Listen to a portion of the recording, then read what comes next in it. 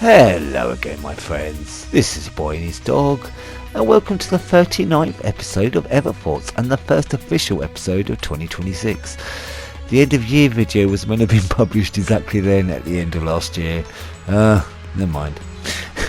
In today's episode, we'll be going over the new year firmware for the Evercade and the usual channel updates and bits and bobs.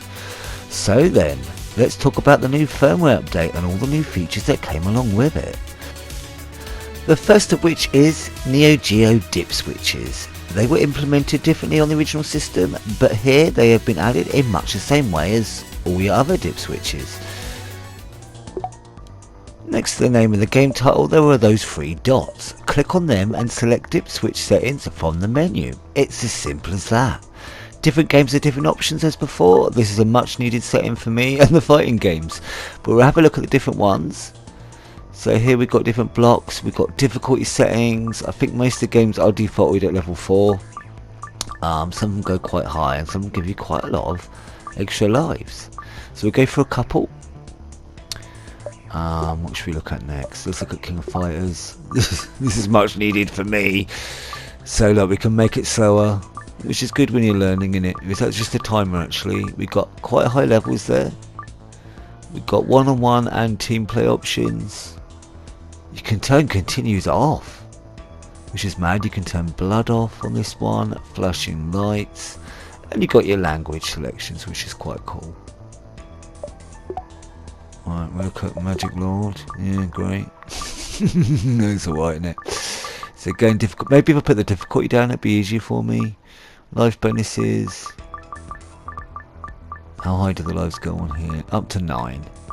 And you got your times one of these. The lives is absolutely ridiculous. Is it Metal Slug? I think it's this one. Look how insane this is for your extra lives. It just keeps going. I think it goes up to 99. And you've got 8 difficulty settings. Gives yourself more playtime. Can change the blood colour white if you want. Sengoku, I believe this is the same with the lives. So I will go into these more with the games when I look at the other, because I haven't looked at those collections yet, but I have looked at this one and ranked this one. That's why we're going through this one as an example. So only 3 difficulty settings for this, but it's still cool in it to help learn some of these arcade games because they're a bit tricky, but there is a new thing which we get onto in a minute. So that goes up to 8 again. Can turn violence off. Separate bars for team players. That's quite cool. I like that because you normally share your health bar with this game. And not that many lives. Now the second edition is something I hadn't even thought about, and it's a bit of a banger of an update. Also for the Neo Geo arcade collections, you can now also play the console variation of each game. Now, you can't choose individually with the games. You need to go to the cog option in the main console menu, select the game option, and under the Neo Geo mode, select MVS for arcade or AES for the console iteration. I think this is a great addition. I've had a bit of a mosey around and there's some interesting options on offer between the games. I will go into more details when I'm ranking the games on the 2 Neo Geo carts I've yet to go through. Though I'm wondering if it would change my end of year ranking.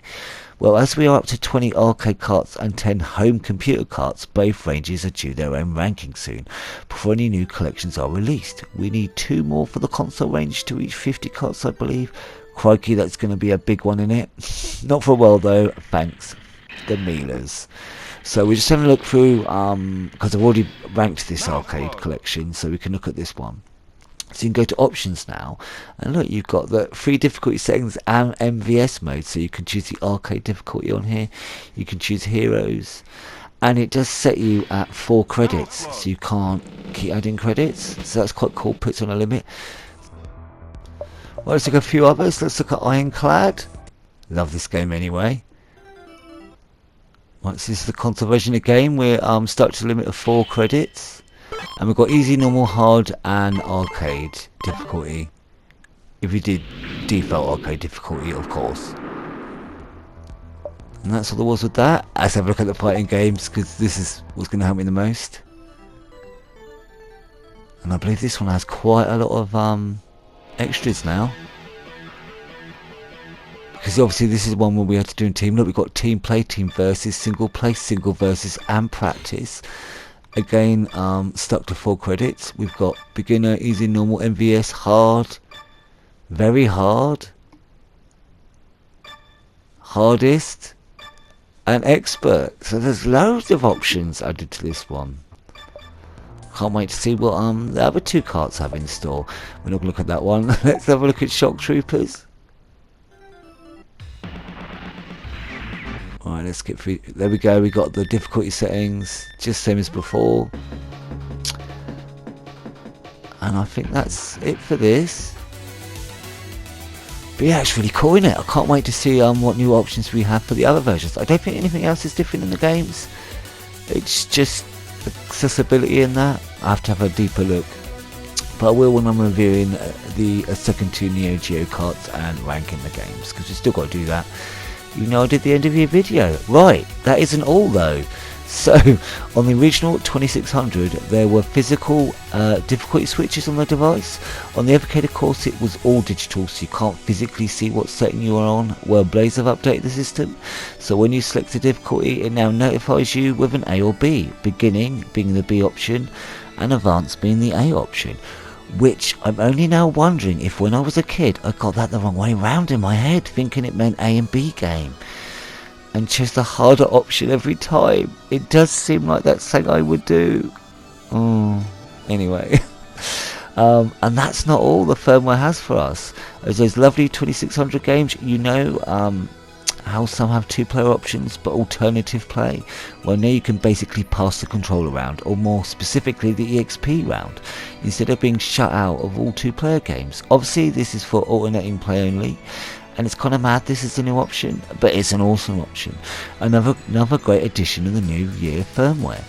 It may not seem it, but this is a bit of a banger of a firmware if you think about it. However, the however isn't as big as I just made it, but it is noticeable that in this firmware they have removed the highlight of the month. Now if we were still with indie games of the month, then it wouldn't be too much of an issue, as the games don't normally start until a bit later, as they all ended up in a collection. But with highlight, it's a game chosen from already released collections, so strange the old game has gone and there is no new replacement. But something new may still arrive next month or the month after. I don't think it means the service has completely stopped, not yet. One of those things we will find out in good time, basically, innit? While we're here, I will have a new series starting this year called the Bad Banger Award series, where I pick one game and go a little deeper into why I think that game deserves the Boy and His Dog Bad Banger Award. I've been concocting a list. I'm sure it's quite obvious what some of these titles could be. I won't be doing them in any kind of order either, so please look out for that.